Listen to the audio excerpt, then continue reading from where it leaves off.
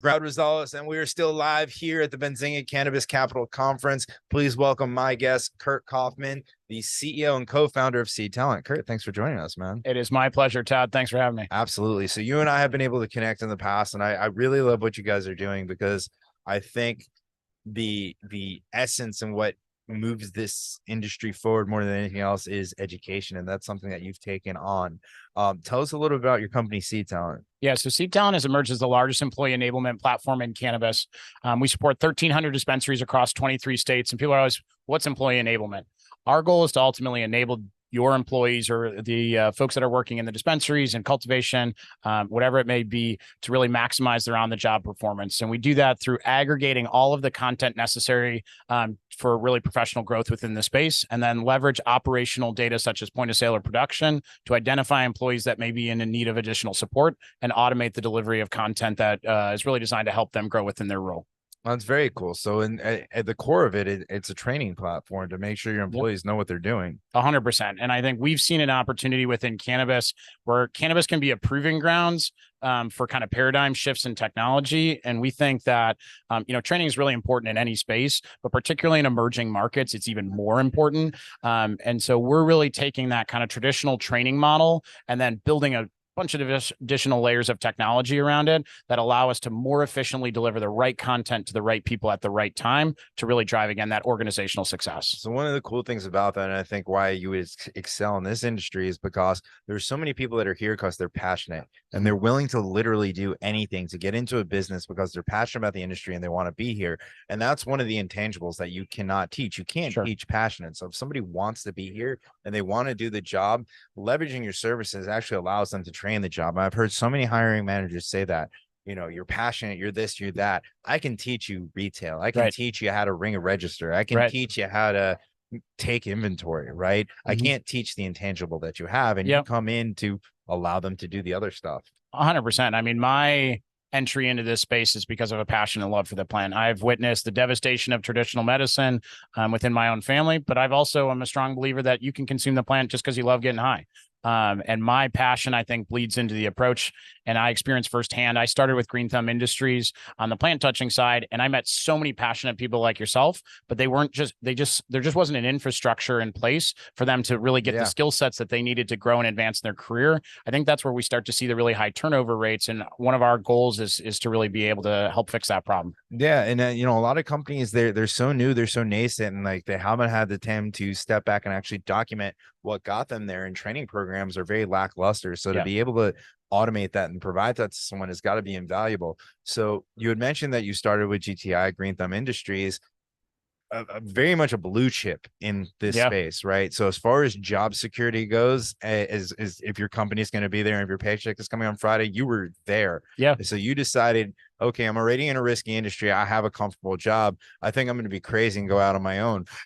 This is what I love about the industry is the entrepreneurial spirit. Yeah. Like you had we'll call it you were with a cushy space. You were the blue chip. What made you go on in your own in an industry that's as volatile as cannabis?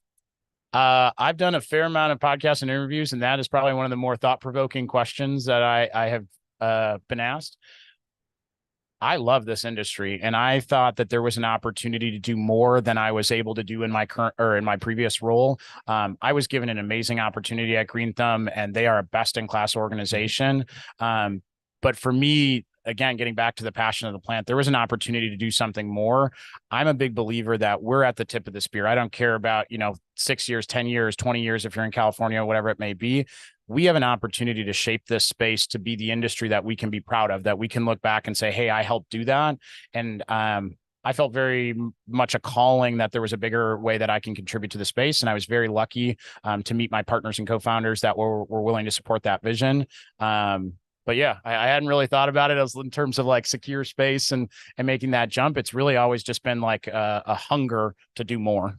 maybe, maybe that's why you were able to do it. You didn't think about it. You're just like, Yeah. I'm just gonna do it and follow the passion, man. Yeah. That's awesome. Yeah. Had you done anything entrepreneurial before, like before Green Thumb, or was this your first endeavor into it? Yeah. So I came from an entrepreneurial family. My dad didn't graduate from high school, Okay. and turned out to build, a couple actually very great businesses for himself.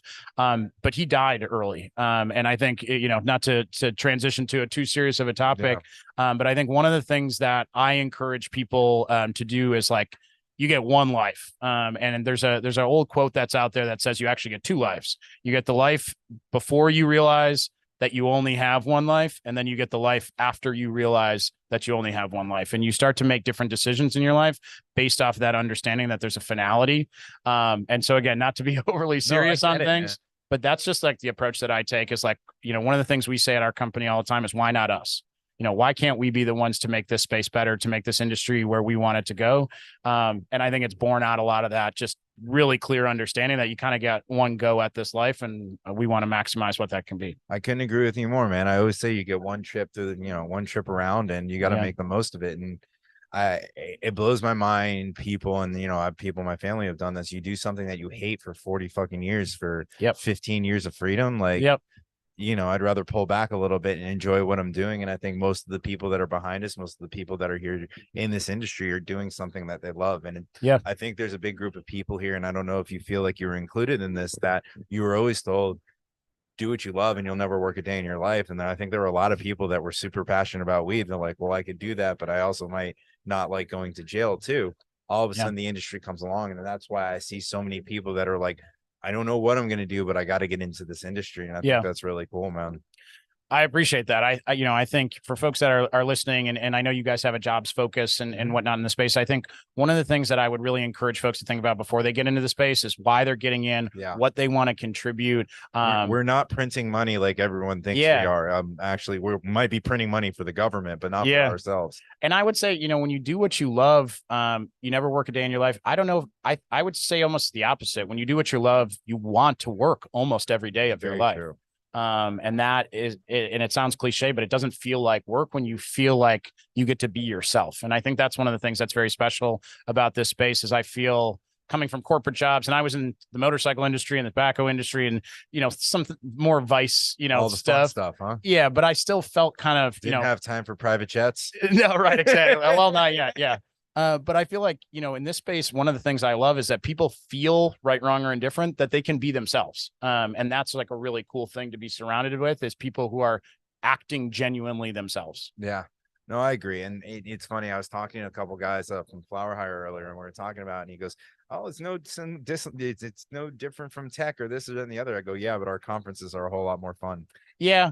And as somebody who's in the tech side of cannabis, I think it is different. I mean, I think that we have such an opportunity. I mean, there's only so many naturally occurring substances in the world that we have the ability to, like, again, create a whole industry around. And it's like that access and that right to wellness. And like, I don't mean that in like the cliche, like purely medical sense, but like, there's just so much hurt and so much stress in this world that, like, yes, I believe as a tech player in cannabis that like tech's job is to make your life easier, more efficient, whatever it may be.